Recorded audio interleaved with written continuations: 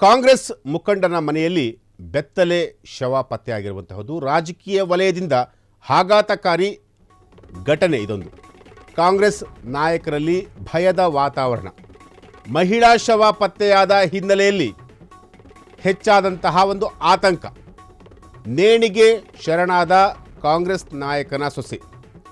ಇದು ಆತ್ಮಹತ್ಯೆಯೋ ಅಥವಾ ಕೊಲೆಯೋ ಹೀಗಂತ ಅನುಮಾನವನ್ನು ವ್ಯಕ್ತಪಡಿಸಿರುವಂತಹದ್ದು. ಎಸ್, ಕಾಂಗ್ರೆಸ್ ಮುಖಂಡನ ಮನೆಯಲ್ಲಿ ಈಗ ಒಂದು ಶವ ಕೂಡ ಪತ್ತೆಯಾಗಿರುವಂತಹದ್ದು. ಹಾಗಾದರೆ ಆ ಕಾಂಗ್ರೆಸ್ ಮುಖಂಡ ಯಾರು, ಏನು ಎತ್ತ ಅನ್ನೋದನ್ನು ನಾನು ಮುಂದಿನ ಬ್ರೇಕಿಂಗಲ್ಲಿ ಅಪ್ಡೇಟ್ ನ್ಯೂಸ್ ಕೊಡ್ತೀನಿ. ಎಸ್, ಕಾಂಗ್ರೆಸ್ ಮುಖಂಡನ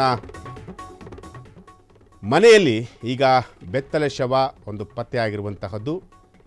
ರಾಜಕೀಯ ವಲಯದಿಂದ ಆಘಾತಕಾರಿ ಘಟನೆ ಇದೊಂದು. ಈಗಾಗಲೇ ಕಾಂಗ್ರೆಸ್ ನಾಯಕರಲ್ಲೂ ಕೂಡ ಒಂದು ಭಯದ ವಾತಾವರಣ ಕೂಡ ಶುರುವಾಗಿರುವಂಥದ್ದು. ಎಸ್, ಬೆತ್ತಲಾಗಿ ಬಿದ್ದಿದ್ದ ಕಾಂಗ್ರೆಸ್ ನಾಯಕನ ಸೊಸೆಯ ಶವ. ಮದುವೆಯಾದ ಕೇವಲ 2 ತಿಂಗಳಲ್ಲೇ ಈ ಒಂದು ದುರ್ಘಟನೆ ನಡೆದಿರುವಂತಹದ್ದು. ಮಹಿಳೆ ಆತ್ಮಹತ್ಯೆ ಆದಾಗ ಬೆತ್ತಲೆ ರೂಪದಲ್ಲಿ ಶವ ಪತ್ತೆಯಾಗಿರುವಂತಹದ್ದು. ವಧುವಿನ ಮನೆಯವರು ಇದು ಆತ್ಮಹತ್ಯೆಯಲ್ಲ, ಕೊಲೆ ಎಂದು ಆರೋಪ ಮಾಡಿರುವಂಥದ್ದು. ಆಕೆ ಸೀರೆ ಧರಿಸಿಲ್ಲ, ಹಾಗಾಗಿ ಇದು ಪಕ್ಕಾ ಕೊಲೆ. ಎಸ್, ಇದು ನಮ್ಮ ರಾಜ್ಯದಲ್ಲಿ ನಡೆದಿರುವಂತಹದಲ್ಲ.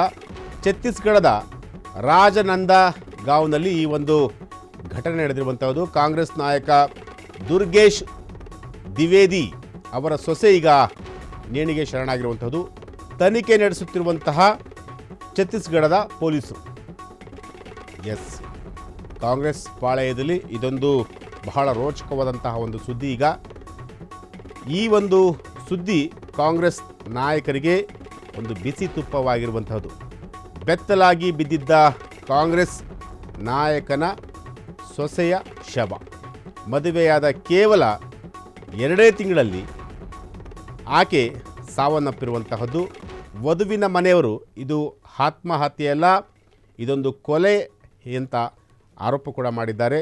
ಜೊತೆಗೆ ಈ ಒಂದು ಪ್ರಕರಣವನ್ನು ಈಗಾಗಲೇ ಛತ್ತೀಸ್ಗಢದ ಪೊಲೀಸರು ಕೂಡ ದಾಖಲಿಸಿಕೊಂಡು ತನಿಖೆಯನ್ನು ಕೂಡ ಮಾಡ್ತಿರುವಂಥದ್ದು. ಕಾಂಗ್ರೆಸ್ ನಾಯಕ ದುರ್ಗೇಶ್ ದ್ವಿವೇದಿ ಅವರ ಸೊಸೆ ಈಗ ನೇಣಿಗೆ ಶರಣಾಗಿರುವಂತಹದ್ದು.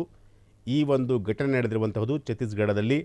ಈಗಾಗಲೇ ಈ ಒಂದು ಪ್ರಕರಣಕ್ಕೆ ಸಂಬಂಧಪಟ್ಟಂತೆ ಛತ್ತೀಸ್ಗಢದ ಪೊಲೀಸರು ಪ್ರಕರಣವನ್ನು ಕೂಡ ದಾಖಲಿಸಿಕೊಂಡು ತನಿಖೆಯನ್ನು ಕೂಡ ಮಾಡ್ತಿರುವಂಥದ್ದು.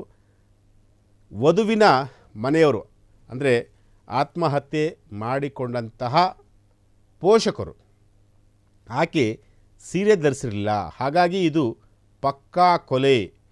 ವಧುವಿನ ಮನೆಯವರು ಇದು ಆತ್ಮಹತ್ಯೆಯಲ್ಲ, ಇದೊಂದು ಕೊಲೆ ಅಂತ ಹೇಳಿ ಆರೋಪ ಕೂಡ ಮಾಡ್ತಿರುವಂತಹದ್ದು. ಸೊ ಈ ಒಂದು ನಿಗೂಢ ಸಾವೇನಿದೆಯಲ್ಲ, ಈ ಒಂದು ನಿಗೂಢ ಸಾವಿಗೆ ಈಗಾಗಲೇ ಪೊಲೀಸರು ತನಿಖೆಯನ್ನು ಶುರು ಮಾಡಿರುವಂತಹದ್ದು ಛತ್ತೀಸ್ಗಢದ ಪೊಲೀಸರು.